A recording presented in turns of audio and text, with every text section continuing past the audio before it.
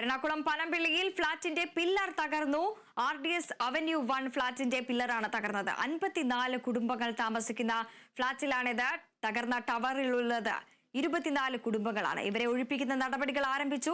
Flat corporation engineering വിഭാഗം പരിശോധിക്കും. പില്ലറിലെ പൊട്ടൽ പെട്ടെന്നുണ്ടായതാണ് എന്നാണ് കൗൺസിലർ പറയുന്നത്.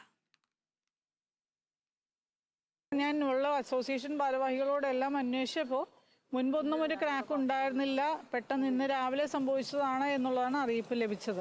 അപ്പോൾ അതിൽ മെയിൻ ബീമിലാണ് ഈ പൊട്ടലുണ്ടായിരിക്കുന്നത്. കോൺക്രീറ്റ് സ്ട്രക്ചർ എല്ലാം പൊട്ടിയിട്ടുണ്ട്. അപ്പോൾ റെക്ടിഫിക്കേഷൻ വർക്ക്സ് അവർ ചെയ്യുന്നുണ്ട്. കാരണം സ്ട്രക്ചറൽ എഞ്ചിനീയറിൻ്റെ ഒരു ഉപദേശപ്രകാരം റെക്ടിഫിക്കേഷൻ വർക്ക്സ് എല്ലാം ചെയ്യുന്നുണ്ടെന്നുള്ളതാണ് ഇപ്പോൾ അവിടെ കാണുന്നത്.